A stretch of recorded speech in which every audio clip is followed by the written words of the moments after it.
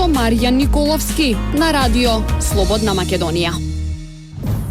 Добар ден, почитувани слушатели. Уште еден круг на радио Слободна Македонија.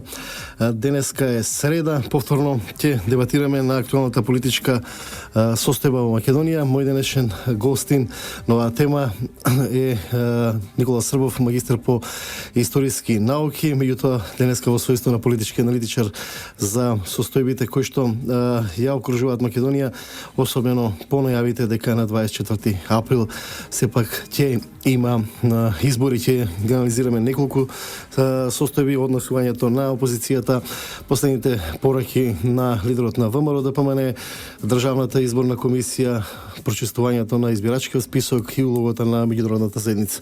Почнуваме по кратка пауза. Круг со Марјан Николовски на радио Слободна Македонија. Да, почитувани слушатели, повторно назад во кругот. Мој денешен гостин е Никола Србов, политички аналитичар. Ќе зборуваме на темата актуелна политичка состојба во Македонија, поприлично широка тема, меѓутоа сепак главен фокус на ова прашање се најавите за одржување на предвремените избори на 24 април, на 24 февруари, за речиси еден месец ќе треба и парламентот да ја констатира, односно да се самораспушти по веќе изгласаната одлука за самораспуштање. Опозицијата се уште стои на ставот дека избори без учество на СДСМ се невозможни во Македонија, меѓутоа последните најави и од Брисел, особено по вчерашната изјава на еврокомесарот Хан во едно интервју, дека најсуштинско и најзначајно за Македонија е изборите да бидат фер, а некој ќе учествува. Господин Србов, благодарам да што ја прифативте покана да видите мој денешен гостин. Ајде од крајот, всушност, од последната изјава на комесарот Хани, мислите ли дека Европската унија и комисија, меѓународниот фактор, ќе успее да издействува простор за, како што велат они, фери демократски, организација на фери демократски избори и на тој начин и учество на опозицијата на тие избори? Добро вечер, Маријан, фала на поканата.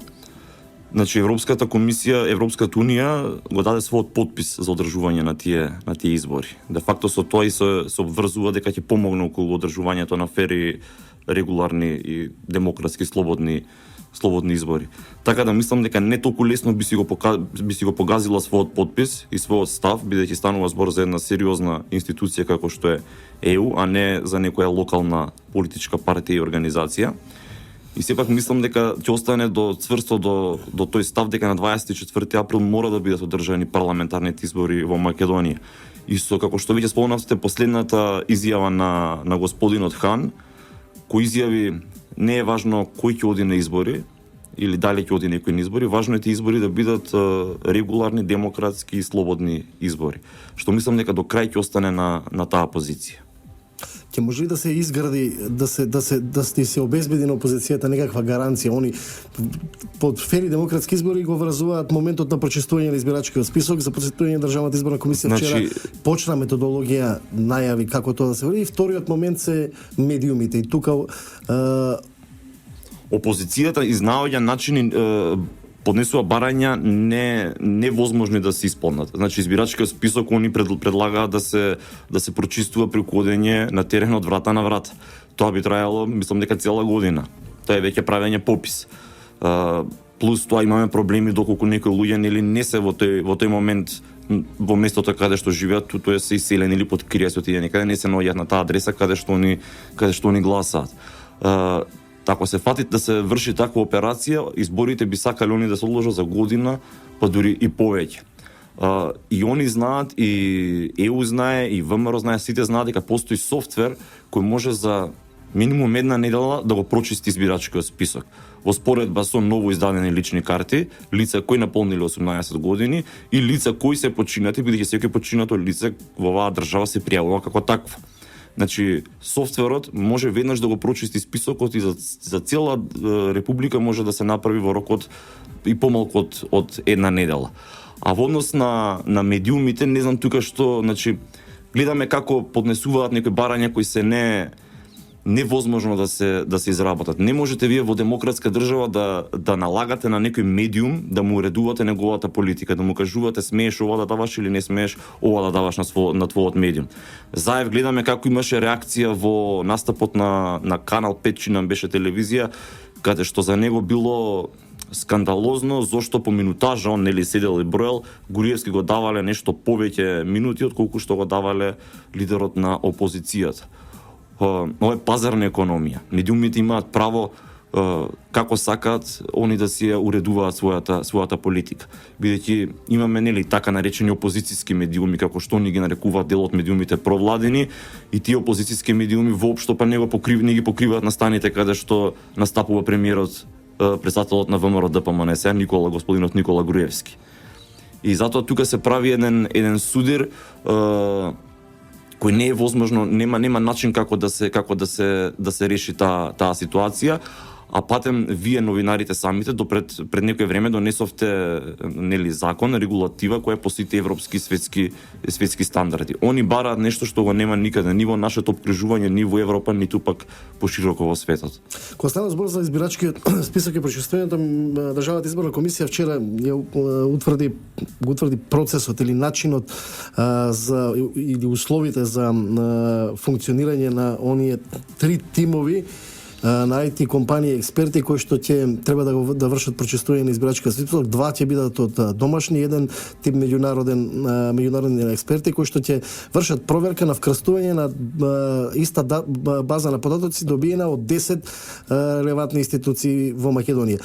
Значи, ако добиеме идентични податоци или без некакви отстапки од сите 3 различни тимови, како што видите, логично е дека тоа може да се направи во една недела, тогаш што би било спорно во тој избирачки список за опозицијата? Апсолутно ништо. И председателот на Државната изборна комисија, кој патем потекнува од редовите на СДСМ, многу убаво им кажу уште додека беше овдека господинот Хан, дека нема никаков проблем да се одржат изборите. Значи, ова што они го предлагаат може да се прифати и да биде уште една потврда за нивните планови, дека или нивните искази дека избирачкиот список не е прочистен и така натаму. Ова само може да биде уште една потврда која ВМРО ДПМН може да ја прифати и така да искочат на избори. И СДСМ и сите останати партии. Благодарам, тука правиме кратка пауза, продолжиме веднаш по тоа. Круг со Маријан Николовски на радио Слободна Македонија. Повторно назад во кругот, почитани слушатели, мој денешен гостин Никола Србов, ја анализираме политичката состојба во Македонија.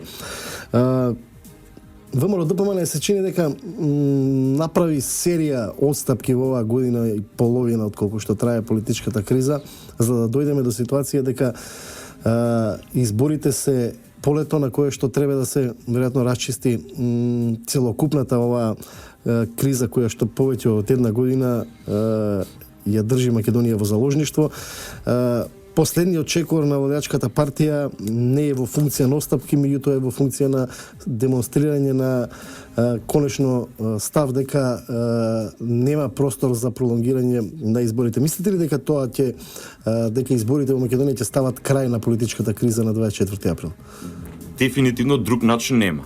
Никола Груевски е првиот премиер кој доброволно искочил на прес и кажал јас си давам, се повлекувам, нели, во интересите на државата да се одржат избори, бидејќи државата влегува во се поголема и поголема криза. На ВМРО многу и беше забележувано за тие отстапки што ги прави. Значи гледавме и по медиумите, гледавме и од членството до каде ќе се оди со ова попуштање, значи попушти не прв чекор, на втор чекор, на трет чекор, и се доби некој впечаток дека ВМРО влегува во некаква дефанзива, а со последниот чекор на Никола Груевски всушност сфативме дека навистина тоа оди во интерес на државата, одржување на избори и конечно расчистување со овие деструктивни политики од страна на опозицијата, поточно на СДСМ сега и не е опозиција, бидејќи во самата власт има нели свој министри. Ние сега во моментов немаме опозиција во државата. со самото одржување на изборите ќе се како што кажав, ќе се стави крај доколку не се одржат изборите. Секој еден ден пролонгирање на изборите од 24 април, кризата во Македонија се повеќе и повеќе ќе се продлабочува. Се повеќе и повеќе ќе се дава легитимитет на некои деструктивни политики од страна на опозицијата, а со самото тоа Македонија станува општество кој ќе биде поволно за влез на некои криминални банди, терористички групации, како што го гледавме, како што го видовме на пример во Куманово. Патем сега на чело на полицијата кој имаме и министерот Оливер Спасовски, кој наместо да ја штити безбедноста на државата, која треба да му биде приоритет, тој произведува собствени фабрики или произведува собствени афери, потоа ги пушта во јавноста. Значи, мој став е дека ВМРО ДПМН не треба да ниту еден ден, не 24 април, па да кажат ајде не на 24 април, тука една недела подоцна да бидат изборите. Ниту еден ден да не отстапи од датумот за избори. Со секој еден ден одложување влегуваме во се поголема и поголема криза и на тој начин им го продолжуваме животот на тие ликови како... Меѓутоа има една друга реалност која барем според ако се анализира ова што се случуваше изминатата една година и половина, дека колку повеќе инсистира СДСМ на одложување на изборниот процес, а при тоа нели бара промена на власта, ако знаеме дека власт се менува на избори, значи колку повеќе ги инсистира на одложување на процесот, толку повеќе тоне во слабиот рейтинг. Па не можеме сега ние да одиме со тоа и да чекаме позицијата да тоне, бидејќи тоне државата. Доволно е што потоне, уште колку да потоне. Прашањето ми која е логиката да бараат и понатаму одложување на изборите, ако губат секојдневно на... Тоа е нивна логика, значи со последниве афери кои се обидува да ги пласираат, ние гледаме дека се класични аматери. Вчера видовме дури дека и типихот, да се насем типихот во фабриката не го смениле, тоа е интересен момент кој што можеби не докажува многу, меѓутоа кажува не докажува, ама се гледа аматеризмот, се гледа ке тие луѓе. Ние гледаме чисто аматеризам. Мислите дека тоа е производ на самата СДСМ или на некои луѓе кои нуделе услуги на СДСМ?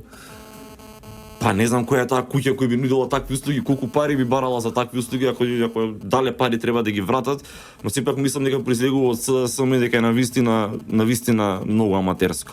Тоа не сум го видел никаде во наше обкружување или подалеку. Ваков аматеризам на водење кампања се нема случајно. А ако ги чекаме ние СДСМ да потонат, верувате со тоа тони државата. И мора тука да се стави рез. Не збориме за чекање да некој потоне, меѓутоа прашањето е што логично ако инсистира СДСМ сепак на 24 да не оди на избори. Тогаш која би бил ќарот на владачката партија или на власта да има такви избори и при тоа пак кризата веројатно ќе продолжи и понатаму, затоа што ќе останат СДСМ во институционална партија. Не верувам дека корист ќе има било која политичка партија што ќе победи на такви избори. Видете, ако се знае дека на било какви избори во било кој момент да учествува СДСМ, ВМРО ДПМН според сегашните рейтинзи би победил убедно. Би водило, така. Има опција да не одат на избори, ама да останат министрите на СДСМ во власта. Друго прашање, од кога ќе започне да се брои мандатот на ВМРО ДПМН? Од кој момент? Од моментот на претходните избори или од моментот кога се врати СДСМ во собранието? Бидејќи после изборите СДСМ викаше дека се тие нелегитимни избори, ова е дека Груевски нелегитимен премиер на Република Македонија, а со самото враќање во парламентот, они дадоа легитимитет и на изборите, и на премиерот, и на владата, па дури дадоа двајца нивни министри да влезат во таа влада. Тогаш по некоја логика, бидејќи нели поставуваат они невозможни барања, ние можеме невозможно да се ја вртиме логиката, тогаш нека почне да се брои мандатот на ВМРО ДПМН од дента кога се врати СДСМ во парламентот. И тоа ќе биде идеално. Ќе имаме избори во 2020 година, кога му доаѓа, или крај на 2019 година. Така. Значи, друго на такви нелогични барања даваме нелогични одговори. На што се должи немањето доверба на опозицијата кај електоратот? Дали на нивната деструктивна политика која што ја форсираат упорно 10 години или пак на немањето капацитет за создавање позитивна политичка платформа во која што ќе понудат било каква алтернатива на власта? Види, Маријан, до сега мислевме дека они додека се во опозиција така делуваат, ги гледаме дека као луѓето не ги бива, али може би имаат сепак чуваат некој џокер во рака и кога ќе дојдат на власт нешто ќе направат. Ама со последниве двајца министри откако влегоа во владата, ние гледаме дека на вистина они се безидејни. ВМРО ДПМН на следните избори кога и да се случат тие, а ќе се случат на 24 април, нема потреба според мене да даде ниту еден денар за политичка кампања, бидејќи СДСМ сами се газат со постапките кои ги прават нивните министри. Немаат доверба бидејќи немаат издадено до сега ниту една програма. Нема доверба народот во СДСМ бидејќи нема дадено ниту предлог за ниту единствен проект. Нема доверба од историјатот на нивната партија кој влече корени од Сојузот на комунисти на Македонија, па СКМ ПДП и сега е во СДСМ и тој начин на владење, тој салонски начин на владење го влече до ден денешен. Не успеа да донесат нови луѓе во нивната партија и затоа народот гледа дека таму ништо ново не се случува, дека се е постаро и остануваат на точката ВМРО ДПМН. СДСМ буквално ја отфрлаат, освен останува ке нив нели некоја она хардкор членство и дел од невладиниот сектор кој се влече позади таа партија. А сега во овој период гледаме дека влече они напред партијата. Благодарам за улогата на невладиниот сектор, за СДСМ и за одговорите кои што владеачката партија ги влече како потези на однесувањето на СДСМ. Продолжуваме веднаш по кратката пауза. Круг со Маријан Николовски на радио Слободна Македонија. Повторно назад, почитувани слушатели, во круг мој денешен гостин Никола Србов. Тема на дневен ред на кругот е актуелната политичка состојба. Зборувавме за улогата на меѓународната заедница, за она што значи позиција и ставови на СДСМ и позиција и ставови на актуелната владеачка партија. Констатацијата наша е дека Македонија треба преку избори да излезе од оваа политичка криза. Всушност тоа е констатација и на сите и учесници во оваа криза, условно кажано, меѓутоа и на меѓународниот фактор. Во продолжение малце по ќе проанализираме политиката на Социјалдемократскиот сојуз и што е она што ние како електорат и она како јавност во Македонија можеме да очекуваме од СДСМ во иднина, кој чекори понатаму ќе ги влече. Дали можеме да очекуваме разумни потези или пак можеме да очекуваме чекори на дополнително зголемување на политичката криза, радикализација на состојбите. Сега, многумина вела дека логика нема Заев да продолжи да објавува бомби, или ако веќе ги предал кај специјалната обвинителка, меѓутоа оно што се појавуваше во јавност како информација дека голем дел од тие аудио снимки беа пронајдени во компјутерот на еден од осумничените во аферата со личните карти. Ако ја видиме сликата дека голем дел од креирање на таа слика за негативните појави на власта во јавноста била креирана и надвор од СДСМ преку структурите на прво и второ осомничениот во на аферата на лични карти. Што е она што можеме да очекуваме? Можеме да очекуваме некаква условно кажано вонинституционално дејствување на СДСМ надвор преку своји структури, како што се невладини организации, меѓутоа и новинари и организации кои што се поврзани со политичка структура блиска до СДСМ. Целата вонинституционална активност на СДСМ всушност ја водеа тие невладени организации и делот од новинарите. Сега во продолжениот период ќе гледаме такви случувања, ќе гледаме протести за било што и да се случува во градот, ќе гледаме такви акции, но сепак мислам дека на крај ќе биде притиснати и Заев и Социјалдемократскиот сојуз и ќе мора да надвладее ке него разумот, да се смири целата ситуација и да се одржат изборите. Веќе он е свесен дека во моментов останува сам. За избори се сите политички партии во Македонија, Европската унија, САД, само Заев и уште 1 до 2 пратеници човек партии кои го поддржа во бойкотирањето на изборите, кои се свесни дека тој е последниот мандат во клупите на собранието. малку се тие малобројни се тие луѓе кои во СДСМ, како што можам да видам во последниот период, му сугерираат на Заев да продолжи со пуштање на бомбите, што пак е кривично дело, бидејќи тие се веќе дадени во обвинителство и се еден вид на доказ, не можеш ти доказ туку така да го изнесуваш во јавност. И мале бројот кои повикува на радикализација, барикади, не знам, повикуваат на стапови, шипки, тепање, полиција, така натаму и така натаму. Поголемиот дел од членството веќе гледа дека нема излез и се врти кон Заев, што е твој следен чекор, логичен чекор да одиш на избори. Па, што ќе се случи? Ќе се случи, свесни се дека ќе изгуби на избори и тоа што ќе го менуваат Заев од позиција председател на СДСМ. Тоа е прашањето. Има ли критична маса моментално во раководството на тесното раководство на СДСМ? Во тесното раководство не можеме да кажеме дека има критична маса, но има да кажеме така да ги наречеме вториот, третиот ешелон во таа партија. Во самото членство кој веќе реагира до Заев. Дека ова што го прави е безсмислено, губат членови, губат симпатии, паѓа рейтингот и уништува партијата донесе до дно.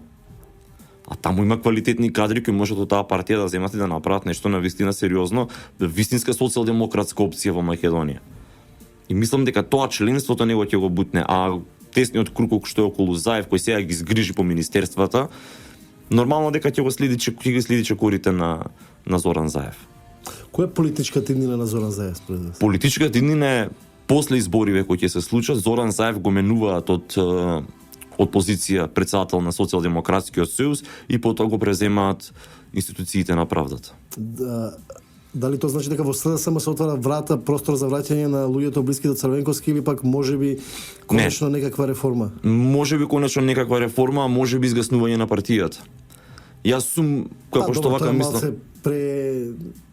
Нелогично, затоа што сепак СДСМ е партија која има барем 200.000 членови во секој момент, барем до сега така покажува. Незгаснување во смисол да исчезне. Нема да биде веќе политички фактор на македонското политичко небо. Од незе може да произлезе друга партија со навистински социјалдемократски вредности кои ќе ги носи таа партија и тие луѓе кои ќе застанат на незино чело и членството само ќе се преструктурира во таа партија. СДСМ мислам дека би останала некоја маргинална партија, единствена партија во југоисточна Европа или во целиот источен блок која се уште живее и котира високо во политичкиот живот, а потекнува од комунистичка партија од претходниот систем. Мислите дека тоа никаде не се случува во ниедна држава. Мислите дека просторот кој што го веќе повеќе од 10 години, можеби 15 постои за трет политички субјект во Македонија ќе произлезе од СДСМ? Па да, ќе произлезе. И нема да биде трет, тој ќе биде втор. СДСМ нема да биде фактор. Нема да биде фактор. Бидејќи има таква една ситуација со Тито Петковски кој што сега пак се интегрира назад. Да, што работи. Например, тоа е веќе чиста логика, не мора да сте нешто многу да се мисли дека Заев си ја штити, си ја чува главата со се тоа што го прави, бидејќи никој нормален човек во Европа, барем на европско тло, во европска демократија нема да оди да трне да го апси председателот на опозицијата додека е на чело на таа партија. Откако ќе поминат изборите, Заев нормално е дека ќе биде сменет. Таа партија ќе има, или луѓето од таа партија ќе има 4 години шанса или да создадат нова партија, или како што велите вие, да дојде некој ново 10 години и секогаш сите анализи викаат дека ќе бидат после избори промена, еве после некои избори дојде промена, испадна полоша промена. Толку ниско немаат паднато до сега. Да, веројатно. Толку ниско мислам јас колку што следам немаат паднато да излегуваат на такви пресови. Членството им се смее сега така, просто да се изразиме. Толку ниско немаат паднато. Ако велите дека политичката идеја на Заев е надвор од СДСМ и можеби на пат кон правните институции во Македонија, каква е политичката идеја на лидерот на ВМРО ДПМН? Политичката идеја на лидерот на ВМРО ДПМН е реално гледаме колкава доверба има помеѓу граѓаните. Значи ќе си остане на чело на партијата, после изборите ќе си продолжи како премиер на Република Македонија, а за понатаму да сме здрави и живи ќе гледаме како ќе се одвиваат работите. Бидејќи Груевски поседува огромна доверба во извршниот комитет во партијата и во поширокото членство. Круг со Маријан Николовски на радио Слободна Македонија. Да, почитувани слушатели, повторно во кругот, во финишот на денешната емисија, како заокружување на актуелната политичка состојба и она што може да го очекуваме како чекори на власта и на опозицијата последните неколку денови и недели пред најавените избори на 24 април. Мој денешен гостин е Никола Србов, магистар по историски науки и политички аналитичар. Зборувавме за односот на опозицијата, зборувавме за иднината на лидерот на СДСМ, политичката и за политичката иднина на лидерот на ВМРО ДПМН. Тука во финалето, Србов, сега да ве прашам, околу како ја оценувате улогата, малку зборувавме на почетокот, меѓутоа на партиципирањето на опозицијата во власта, на условно кажано како нивно барање за поентата беше дека бараат две министерства во кои што би контролирале процес на избори како МВР и труд и социјална политика, каде што ги детектираа како две точки од кои што наводно владеачката партија вршила преку труд и социјална корупција, а преку Министерство за внатрешни работи и фалсификат на изборите. Тука се уште три други министерства преку кои што имаат заменички места, тоа е финанси, информатичко општество и Министерството за земјоделство. Што денеска под повеќе еден месец од тоа што го имаме во јавност како преглед слика каде е вршен фалсификат, каде е вршена корупција, каде и дали улогата на тие министри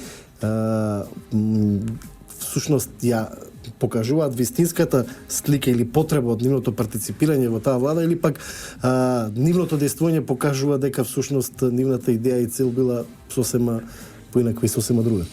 Така, Оливер Спасовски како влезе во МВР, прво што направи, професионалците ги трна на страна, си постави тотални анонимуси, партиски кадри на началнички позиции, раководители на началници на сектори во Министерството за внатрешни работи. Започна да вади афери со пасоши, наводно тоа го правило МВР, искочи дека го правеле во станот на Чаушот, кој пак е еден од најдобрите пријатели на Оливер Спасовски, еден од најистакнатите највидни личности на Зоран Заев, кој сега се наоѓа во притвор во Шутка. Започна афера за возачки дозволи, дека се фалсификувале возачки дозволи. На крајот искочи дека целата афера од Германија му ја демантира, па сега му се закануваат со тужба, бидејќи станувало збор за техничка. Можеби најлошиот подготвен. За техничка грешка, станувало збор за техничка грешка, бидејќи луѓето испратиле пакет со бланко картички. Нивна грешка со бланко картички, и од тука од МВР им било вратен одговор дека им пратиле таков пакет по грешка и сега да се напринели замена на таквото. И не само што ќе добие он, можеби, да речеме дека нема да добие тужба од Германија, најлошото е што го уништува угледот на Република Македонија. Ременски изврши преструктурирање во Министерството за труд и социјална политика, ги смени 20 директори на оделенија и на сектори, на разни институции по партиска директива, но сега е оспорено, како што спомна пред малку од управниот суд веќе ги замрзнува тие измени. Министерот за земјоделие, заменик министерот за земјоделие го гледаме како оди помеѓу земјоделците кои патем го бркаат. Му кажуваат да си оди, бидејќи веќе се задоволни, нели, земаат субвенции. И на крајот СДСМ наместо да пушти министри, квалитетни кадри во владата, преку кој народот ќе види дека СДСМ кога ќе дое на власт на вистина би можеле да очекуваат нешто од таа партија, они уште повеќе се дозакопа со овие министри, наместо да ја бркаат работата за која се поставени, тие тераат политичка, и тоа валкана деневно политичка кампања. Тука е и нелогичната одлука на Централниот комитет дека тие ќе останат на функцијата министри се до распуштање на парламентот. Да, до распуштање на парламентот му кажува да си ја повлече одлуката за своето распуштање. Тоа би доаѓа како вие одите на работа, давате отказ, директорот ви вика не може да дадеш отказ, има да седиш тука на работа. Да, при тоа се уште и овие остануваат, ги оставаат министрите. Имаше и помеѓу членството на ВМРО ДПМН на такви повици веднаш да бидат разрешени министрите, ама не е тоа никаков бенефит за државата. Од денешната Ова ќе му остане сатисфакција дека владееле со 20 министри во рок, не знам колку ќе биде, 2 месеца ќе им се собере се на се 3 еве. Од денешна дистанца, ако се направи пресек анализа, дали ова решение кое што се наметна како дел од Пражинскиот договор има некаква логика да се имплементира било кога во иднина или Тотално промашување. Но веќе кога сме влегли во играта, сме ставиле подпис, мислам дека секој човек треба да седи да биде доследен на својот подпис. Кога веќе ставиле сите подпис, треба да се одигра до крај. А иначе самиот договор како договор, уште од кога пред подпишувањето и за време на подпишувањето, многу луѓе реагира, помеѓу кои јас реагирав дека тоа е вторамковен договор помеѓу самите македонци. Но за среќа видете, до сега во историјата македонците биле многу пати војувале во војни, биле окупирани, биле поробувани, но до сега никој никогаш не успел да го сврти македонецот еден против друг, да направи внатрешен судир. Заев е единствениот кој успел во такво нешто. Поточно на мала група на надмени личности кои спрема народот гледаат нели како на пониска раса, по нив плукат и тука се создава таа омраза спрема таа политичка партија помеѓу народот. Мислите дека може дека таа секојдневна се гледа уште многу имавме многу такви ситуации, многу денеска такви моменти кои покажуваат на суд. Мислите дека тоа ќе спласне во сотек на време или можеби ќе се продлабочува таа меѓумакедонска омраза која што се појави? Мислам нема да се продлабочува, ќе спласне. Ова е само една епизода. Тука Груевски според мене многу паметно изигра, бидејќи не извади, а имаше такви повици од некои повисоки партиски структури во ВМРО, повици да се излезе со народ, да се покаже сила. Сепак изигра паметно, не извади народ, бидејќи ако извадеше народ, тоа е више класичен судир помеѓу две големи маси што може да дојде до војна. Една таква ситуација имавме пред неколку години со гласањето на буџетот, среќа тогаш не дојде никаков судир, но сега е многу позовриена ситуацијата. Македонија никогаш не била во толку голема криза како што е сега внатре македонска криза, значи помеѓу самите македонци. И тоа беше паметно што не извади Груевски маса народ на улица. Доколку извадеше, можеше да дојде до таков судир. Но сега доколку се одржат избори и доколку се реши секако што треба, ќе спласнат и двете страни. Благодарам. Мој денешен гостин во круг беше Никола Србов, магистар по историски науки и политички аналитичар. Разборувавме за актуелната политичка состојба. Почитувани слушатели, денеска е среда, 27 јануари. Емисијата Круг е во продукција на Трговското радио дифузно друштво Радио Слободна Македонија. Јас сум Маријан Николовски, уредник и водител на емисијата. Имајте пријатен ден. Круг со Маријан Николовски на Радио Слободна Македонија.